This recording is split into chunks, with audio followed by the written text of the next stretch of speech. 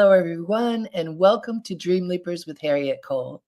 I'm so happy today. We have a very special guest, and he is just right on time for the moment in history where we are.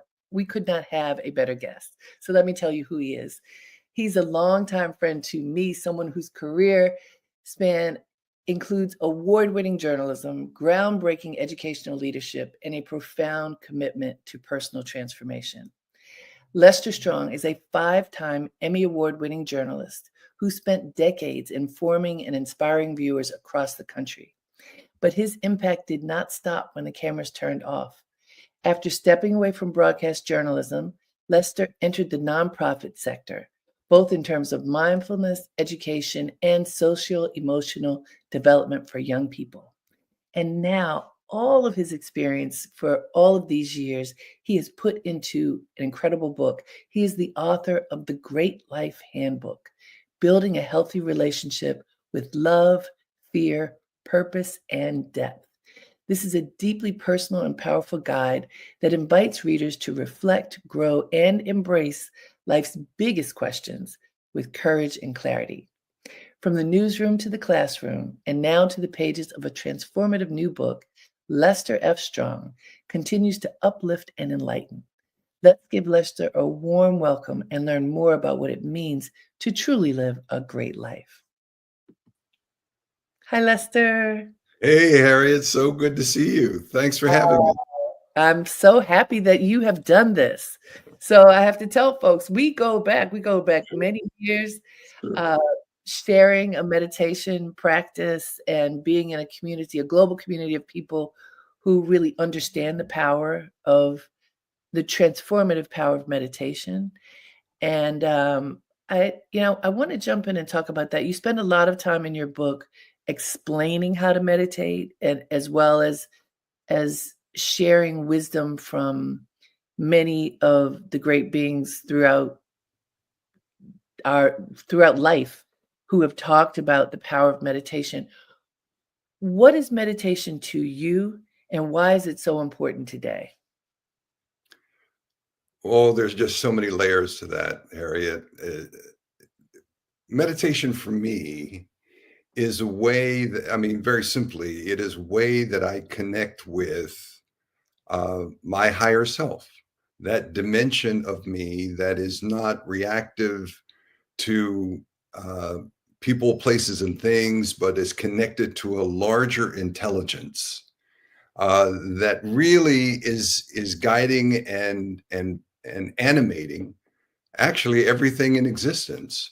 So we are part of that, and by being very still through meditation or whatever practice you use, you're able to connect with that larger intelligence, which then gives you the capacity to really connect with really every person and everything that really is in existence. So that's the work, and that's why meditation has just been so powerful for me.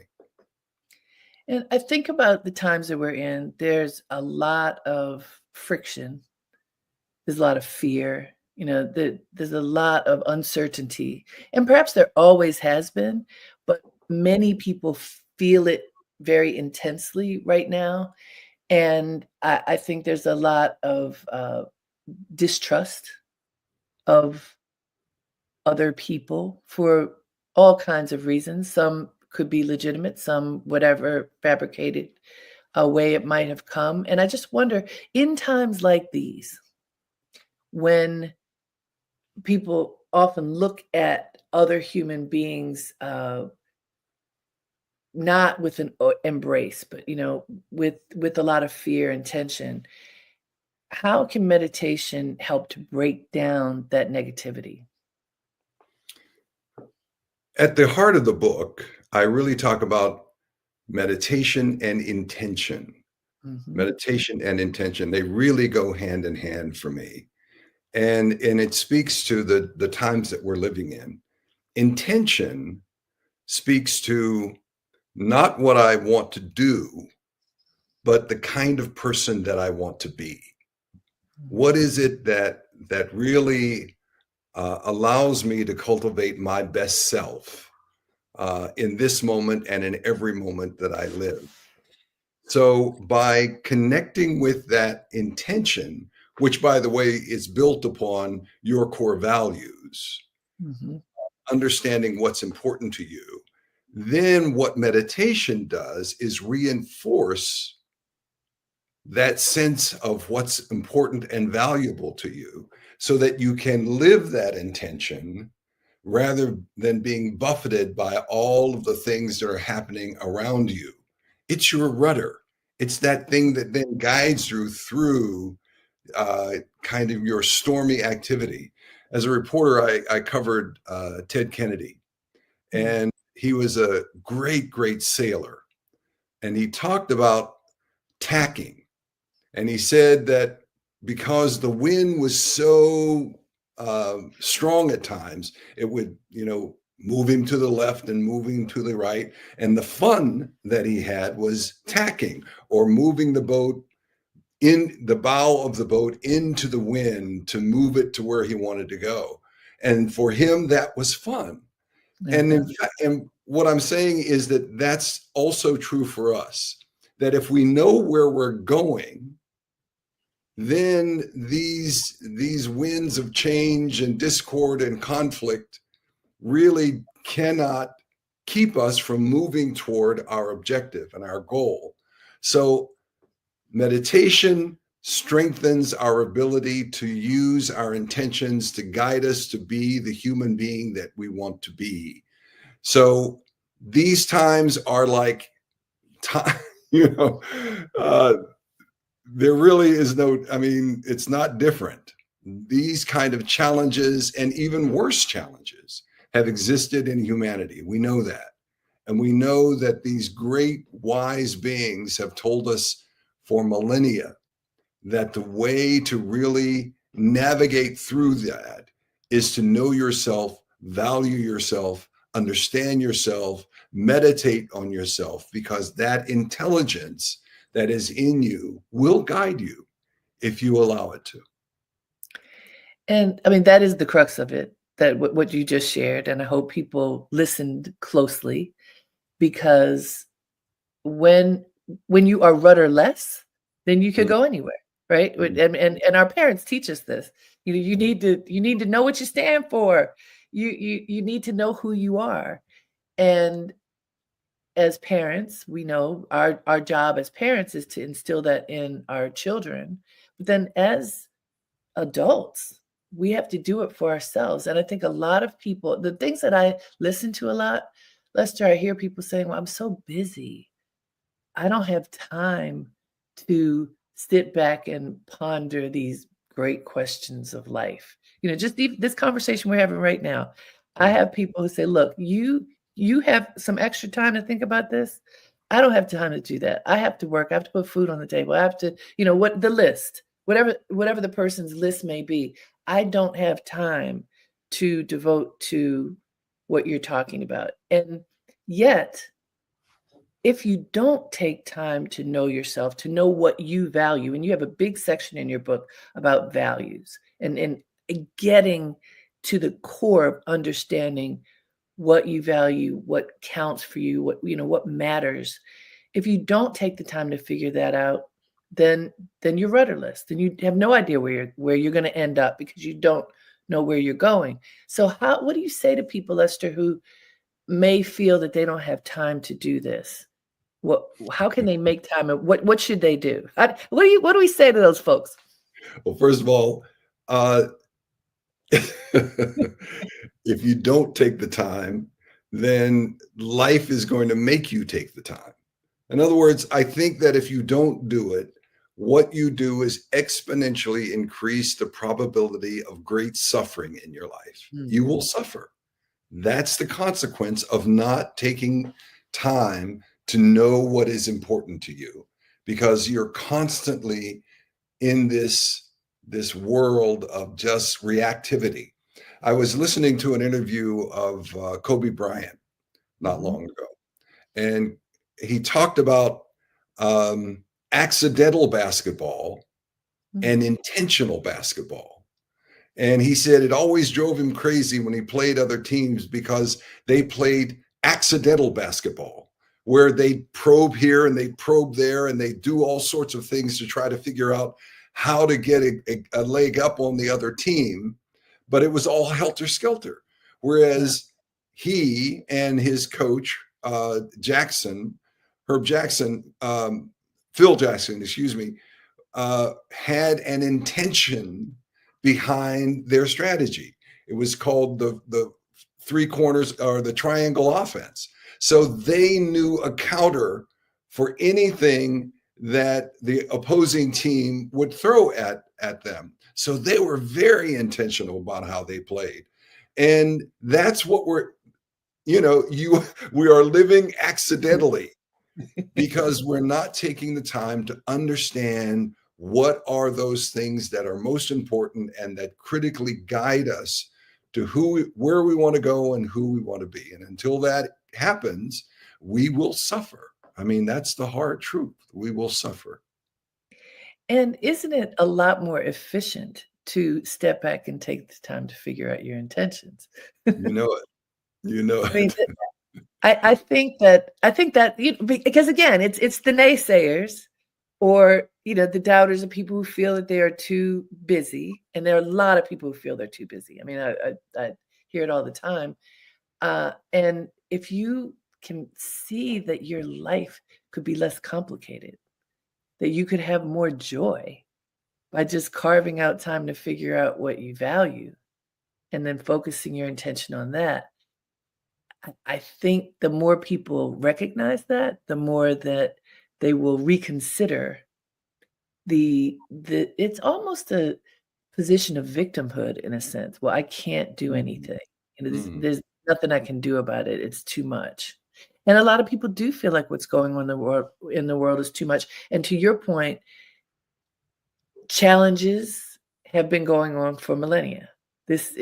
What the particular challenges that we're facing today are may be different, Mhm. but big challenges have faced humanity for the entire time that there has been humanity. And nothing, there's no magic wand that makes it go away. It's how we deal with it, right? Well, you know what? The truth is, there is a magic wand. The Okay. magic wand I is like your that. is an inner understanding. It's Mm, really connecting with your inner self. See, we live in a culture that is accustomed to instant everything. We think that we'll read a book or we'll listen to a great lecture, and all of that understanding is instantly going to come to us. But the truth of the matter, in my experience, is that unless you give yourself to this process, unless you take the time to understand who you are and what you value, and unless you take the time to then live that practice, then we're going to feel like victims because things are going to come out of left field that we didn't expect, and people are going to say things to us that we didn't think was they would ever say to us, and the world is going to heat up, and this is going to happen and that's going to happen. And unless and until we have those core values, I keep coming back to it, then we're always going to be feel like the victim because it is the environment acting on us mm. rather than us navigating through the environment. That's it's a lot to sit with and to because it has a lot to do with claiming your power, you Yeah, know, yeah. that if what you are describing suggests that each of us has power, and that if we tap into that, that we can affect change rather than being impacted by whatever is going on around us. Yeah, exactly right. Yeah. Exactly right.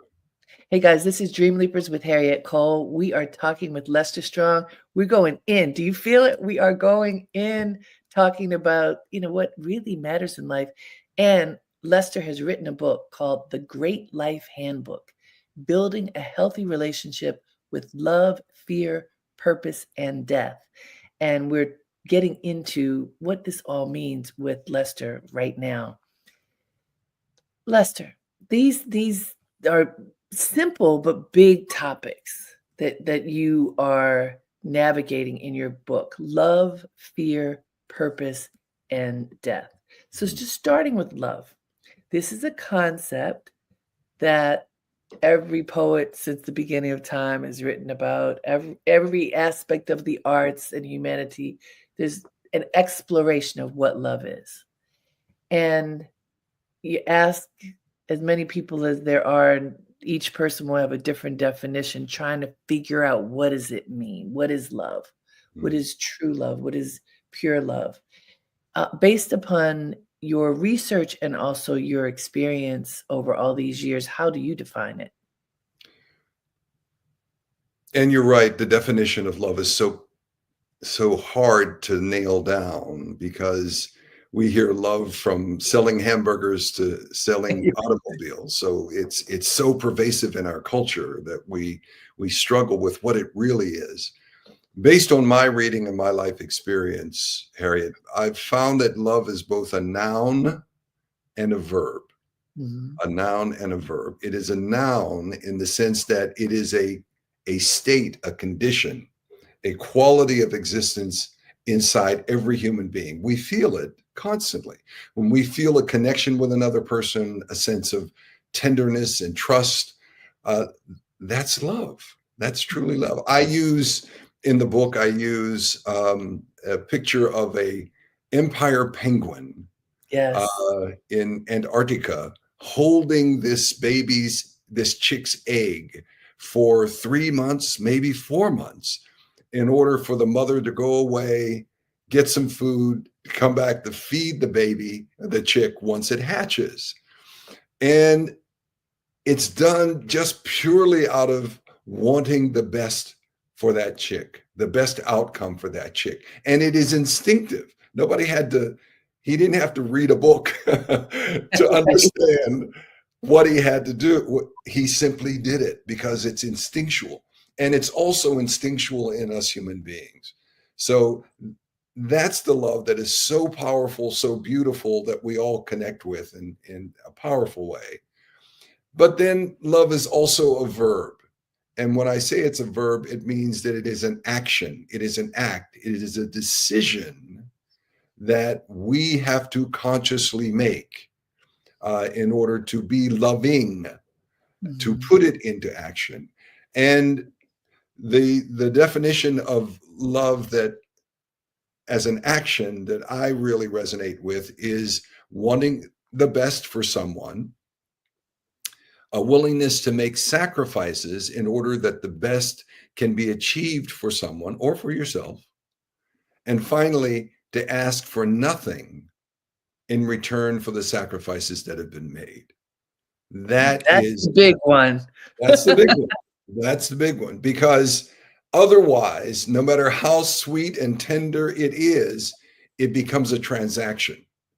If it is, I'm going to do this for you if you'll act a certain way, you'll be a certain way, you'll bend to the kinds of things that I think you should do, then it really isn't a loving action. It is a kind action, perhaps, but it holds expectations. And when an action that we do holds those expectations, then it takes away the real power and the real force of loving. So for me, that's love. It's both a noun, which is this extraordinary feeling of connection, trust, vulnerability, tenderness that we have, but it is also an action, a decision to be loving. And the beauty of these two is that there's mutually reinforcing so that the more we act from a place of love, the more we experience the feeling and the state of love. So it opens up the aperture so we actually can experience it even more fully. So they really work in beautiful harmony with one another, too. And what you describe makes sense, sounds wonderful, and when it flows like that, it's incredible. And I have a challenge for you. Okay. So, back to that the big one at the end where you described when it's not transactional, it is, the offering is there, it's a pure offering. What happens, or how should one react when on the other side it isn't mutual? When on the other side there's a taker, say, who is not conscious or kind, or any of the things that keep that circle going. Not that you're doing it transactionally, but if if if one is receiving and giving nothing, that kind of breaks the circle. Mhm. So how does one remain in that active state of loving when, whether it is a person, an institution, whatever it might be, on the other side there's not a flow. There's there's Yeah. there's a receipt without a give of any kind. Yeah. Well, first, remember that loving is not only loving other people, it is loving yourself.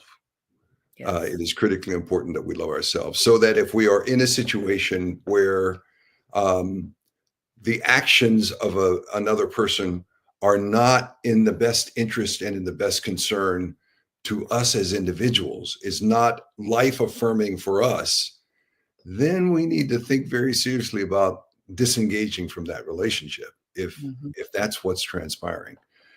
But also, if we go into a relationship and people are not responding the way we want, you have to come back to why are you doing it?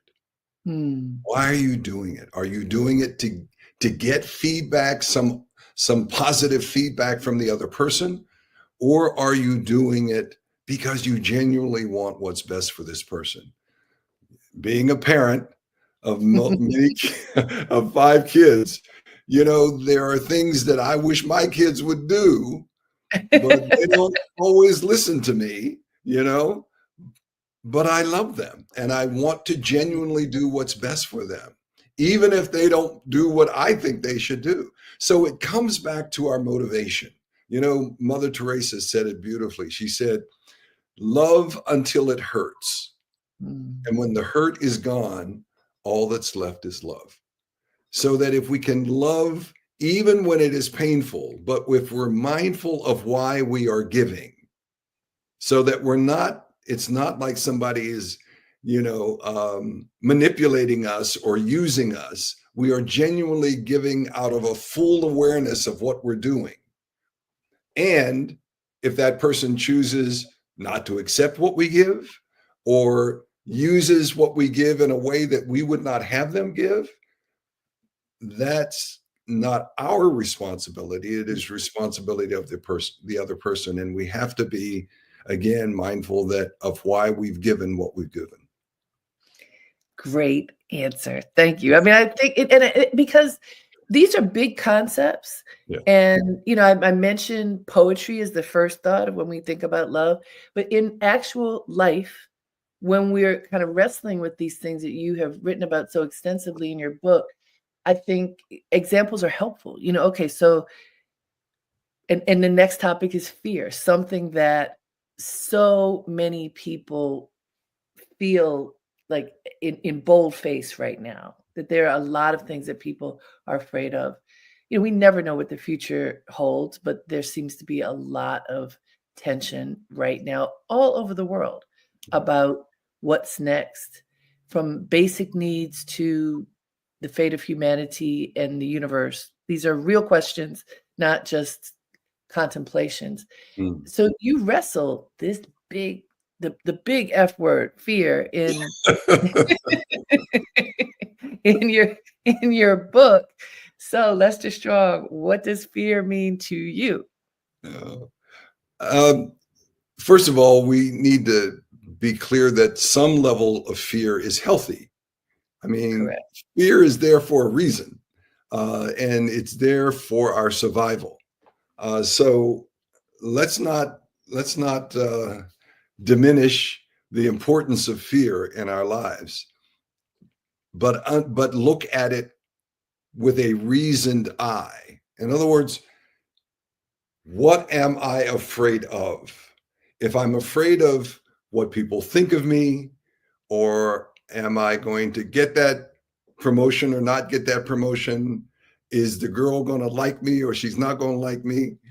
Those are fears based on um, a desire for power, Mhm. possession, and prestige. Those are the three things that generally really we identify with, and we're afraid of losing our status, our possessions, our relationships, or our ability to have influence Mm. over other people.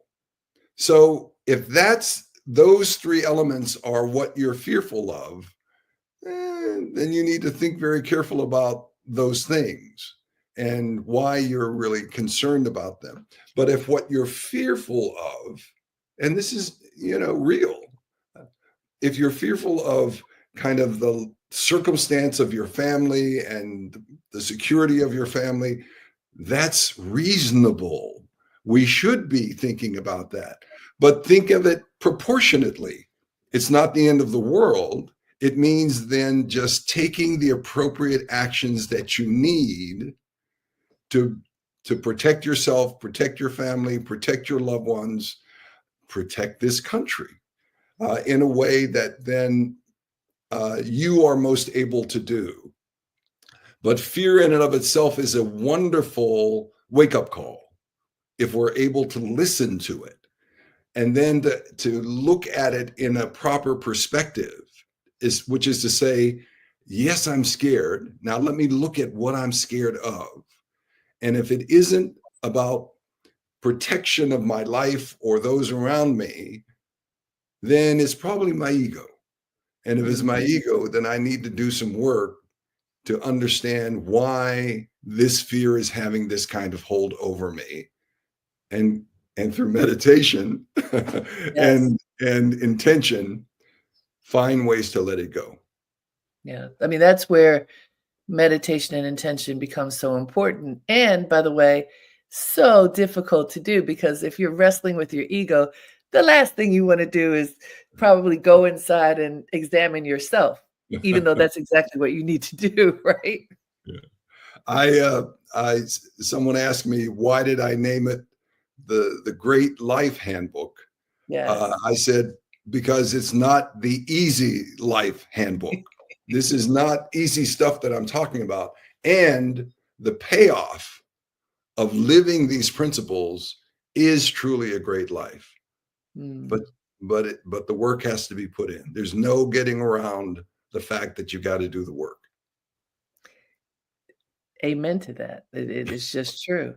And so the third concept that you talk about in your book is purpose. And a lot of people, I think the ego can help push this along. Yeah, of course I have purpose. Of course, that I walk with purpose. I know what I'm about, and sometimes people do, but from a deep place, which is what you are exploring in your book, what does purpose mean? And what is the relationship that you are suggesting that people have to purpose in order to propel them forward? Yeah. Well, again, there are two levels to purpose. Uh, it is, what is my purpose as a human being? Why am I on this planet? And I use an example of an aquarium to cite this purpose. And it's there because it says that everything in that aquarium is dependent on everything else in that aquarium. Uh, they all need water, they all need air, they all need food, they all are subject to the presence or the absence of predators in the water. So they're all in the same water.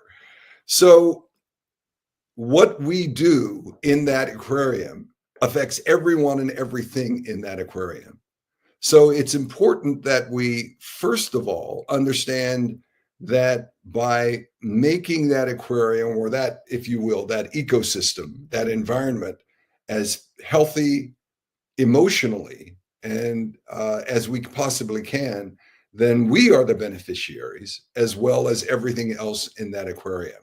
So, first and foremost, our purpose as a human being, as a member of this planet, is to both give and receive life affirming energy into the world.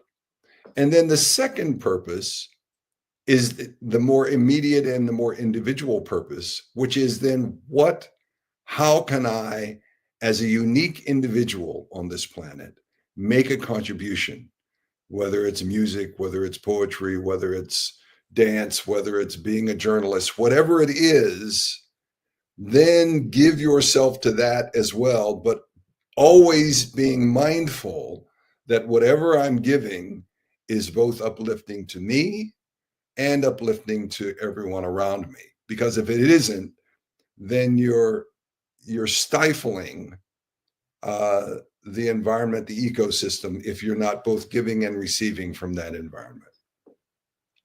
Hey guys, this is Dream Leapers with Harriet Cole. We're talking with Lester Strong. He is the author of a new book. It is The Great Life Handbook, Building a Healthy Relationship with Love, Fear, Purpose, and Death. And we're going deep, and I'm so excited that we are. This is the time to do that.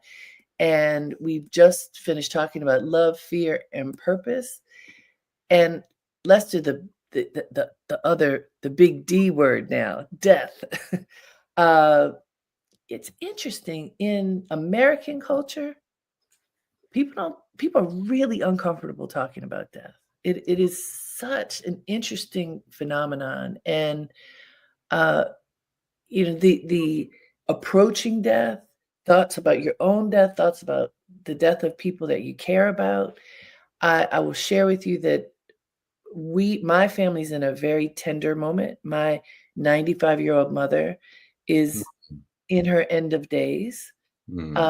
And she's had an amazing life, and we are so grateful. And, there are tender times for many on the way of making a transition, and we're spending as much time with her as we can.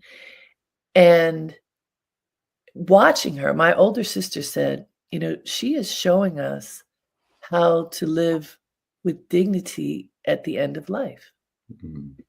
And it's a beautiful thing to see, like every time there's any pain, which is often, and somebody's touching her and she's in pain, afterwards, she will still thank them for helping her and say, hopefully I didn't make it too hard on you because I was complaining. I mean, it's quite an amazing thing to witness, and yet very tender.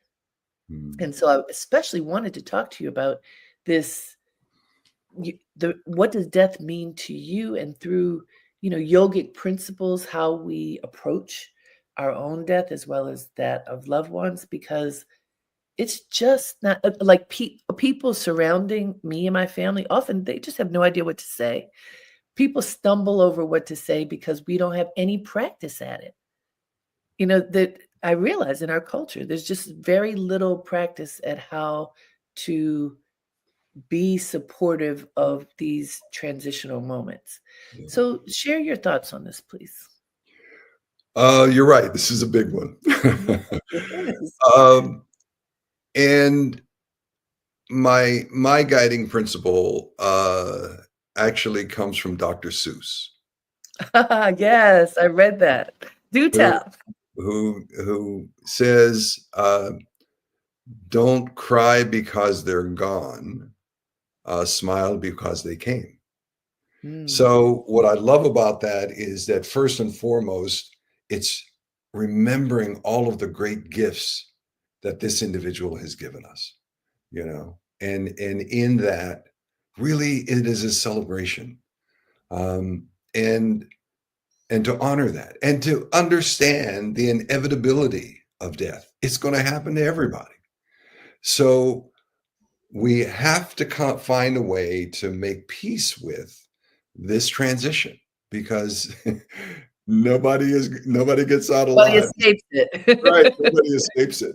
So first, for those who are leaving us, it is really for me, uh, a way to acknowledge and to thank and to celebrate what they've given to me. And I mean, in 76 years of age, I've seen a lot of that. Yeah. And there are a lot of people for whom I'm enormously grateful that they've touched my life in so many unbelievable ways. And then there is our transition. It Yeah. is really that it means we're going too.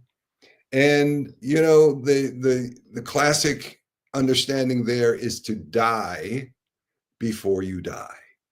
In other Mm. words, to come to terms with understanding that this inevitability is there. And the way that you do it, I think, is twofold. First is to give everything now. Give your love, give your energy, give your talent, give all that you possess now. Um, because then you have no regrets Mm. about what wasn't said, what wasn't done. Give it now. I, again, as a reporter, had a chance to talk to B.F. Skinner, who was the great behavioralist, who was also an atheist. Mm. But when his time was coming, we had literally probably weeks before his death, he gave us an interview. And I asked him about that. He said, I'm totally ready to go because I've given everything. I've given everything that I know how to give to this world, and I can go in peace. So that's Beautiful. one part of it. The other part of it is you have to let go. You have Mhm. to let go of your power, your prestige, your possessions, your loved ones, all of the great things that you think you've done in your life. All of that goes. Nothing goes with you. So to understand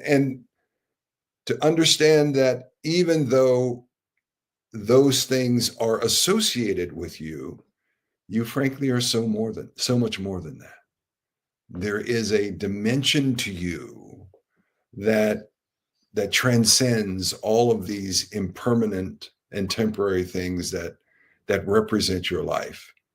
And if you really, really, really want to um, die before you die, it is to connect with that limitless intelligence and principle of who and what you are.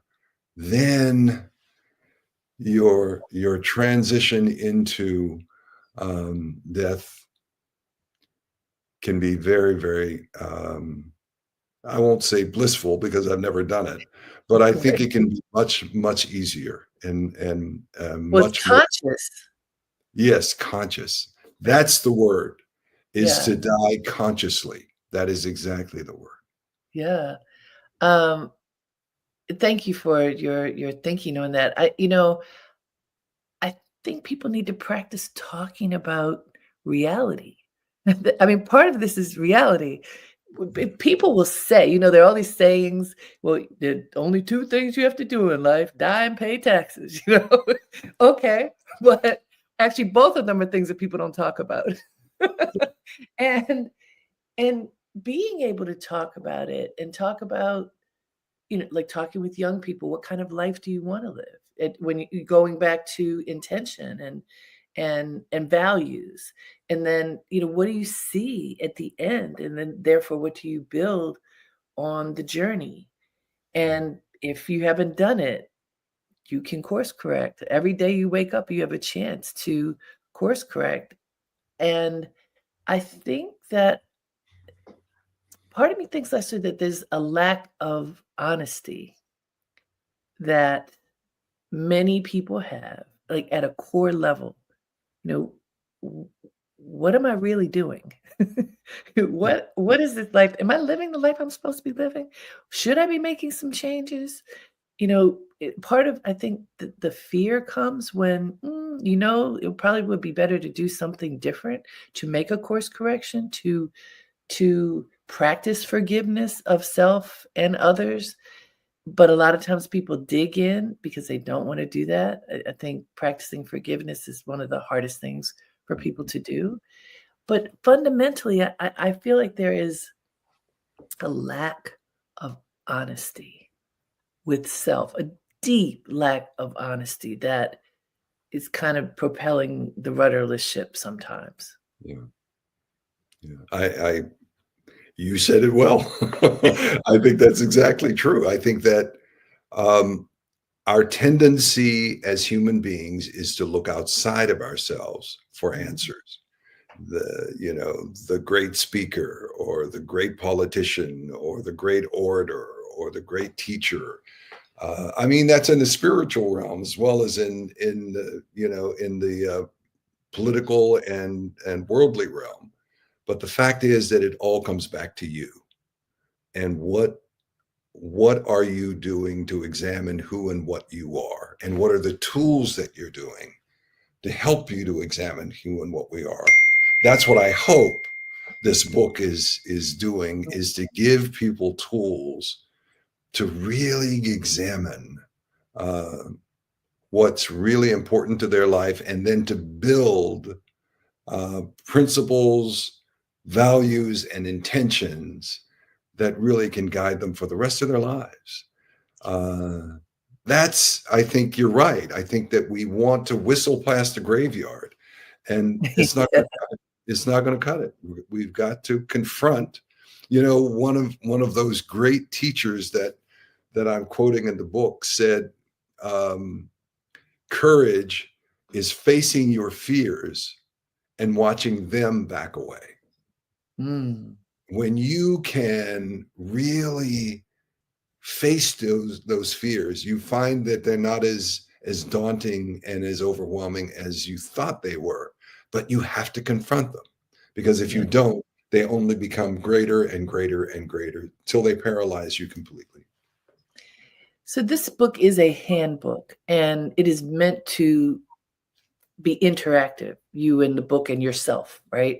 You have exercises for people to write things down as they are, that you have meditation exercises for people to follow, and then a lot of contemplation so that folks can get to answers. It's not just something to read and think about, but something with which you can interact and then hopefully take action. Can you describe some of the tools that exist in the book? Sure. First, I think it's important that people understand that you don't have to do this alone. I think that's also a very daunting part of it. If you can find five or six or even three people who really want to do this level of exploration with you, then just form, this small pod, this small group of individuals who come together time and time again to look at these big questions through the lens of your values and intentions. And so that's the first thing, is that you don't have to do this alone. It's a big it's a big job, and Yes.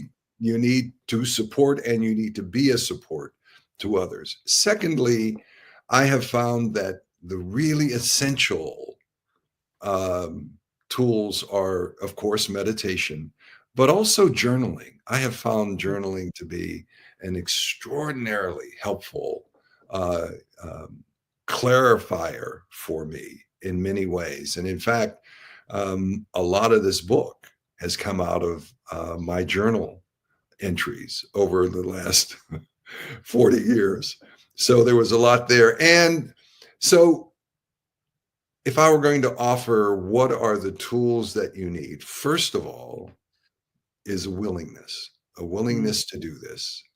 And when I say a willingness, I mean that you also have to give yourself completely uh, to the effort. Someone once said to me, if you want to be a musician, you gotta practice music. right. If you want to be a writer, you have to write. Well, if you really want to know who you are, you have to put the time in to understand that. So that's number one, is your willingness to put in the time and effort. Secondly, I can't stress meditation strongly enough. All of the great traditions, if you look at Buddhism and Taoism and Christianity, and they all are about this contemplative process. And that's because there is this larger intelligence, if you will, this limitless intelligence that's inside of you. And the only way that you can touch that greatness is through stillness. And what meditation, among other things, what meditation gives you is that opportunity and that environment to be still. Again, great quote. Prayer is speaking to God, and meditation is when God speaks to you. So it is in that stillness that you really come to hear that inner voice, that greater intelligence that really can guide you through any challenge, any conflict, any trouble, any suffering that you're going through. It is that powerful. And I speak from personal experience. And I agree. Hey guys, this is Dream Leapers with Harriet Cole. We are talking to Lester Strong, who has just written the book, The Great Life Handbook, Building a Healthy Relationship with Love, Fear, Purpose, and Death. So Lester, we just have a few minutes left, and I want to share that a wonderful experience that you brought me into was with AARP. A few years ago, right before the pandemic hit. And I ended up doing quite a bit of work with them. And you have done a lot of work with AARP over the years. And they do so many good things to uplift people, especially as they are moving into their years of maturity, but also cross-generational work, which I think is so very important. Tell us about what's nearest and dearest to your heart in working with this organization. Well, of course, what that is, Harriet. It's Experience Corps, which is a program that brings older adults, 50 plus, to tutor and mentor children from kindergarten to third grade who struggle with reading. And a lot of people don't know that if you cannot read by the end of third grade, the probability of your graduating or not graduating grows exponentially. And of course, all of those cascading problems begin to kick in: prison, drugs, early pregnancy, poverty. All of those things really are enhanced because you can't read. And that's because from kindergarten to third grade, you're learning how to read. And then from fourth grade on, you must be able to read in order to learn. So if you don't have that tool, you can't do it. So I'm just so gratified to have been part of AARP's effort to touch thousands, I think hundreds of thousands of children now, to give them that leg up to really be able to tackle reading and then tackle all of the academics that they need to. But also is that wonderful relationship between the child and the older adult that really forms. It's a trusting, I would say loving relationship between them, and both thrive. Not only does the child thrive, but we had studies done by Johns Hopkins and other universities that show the benefits to the older adult as well, in terms of greater mental acuity, greater health, greater sense of meaning and purpose in their lives. So it's just an extraordinary opportunity. And talking about that aquarium again, it's Yes. about giving and receiving and making the entire ecosystem a healthy and a life-affirming system. And that Experience Corps is a perfect example of that symbiotic relationship that really can be so beautiful and so powerful. I wanted to make sure, I think it's a perfect example, as you're saying, also of what you have described in your book. Examples I think are important for people to see. These are spiritual principles that we've been talking about, but how do you put them into action? Yeah. And one of those things that I think is core for humanity is having respect and love across the generations. And in a culture that is so youth focused, we sometimes forget the elders. We sometimes forget the wisdom and the time that they have to offer. You know, as people move into different parts of their lives, their ability to have time of their own changes. And it's so beautiful to have elders who can and want to offer their time to the generation coming up. And there, we all need to find ways to put these spiritual principles to life because it does make life sweeter. And I want to thank you for putting all of this in a book. You know, there but so many people that Lester Strong can talk to one-on-one, but putting it in a book makes it possible for people to have the benefit of so many years of your experience and and a book that they can interact with and do the work for themselves. So I just want to thank you. It's so good to see you. Congratulations. And thank you for pouring your heart into something that will benefit so many others. Thank you, Harriet, and thank you so much for having me and the great work that you are doing.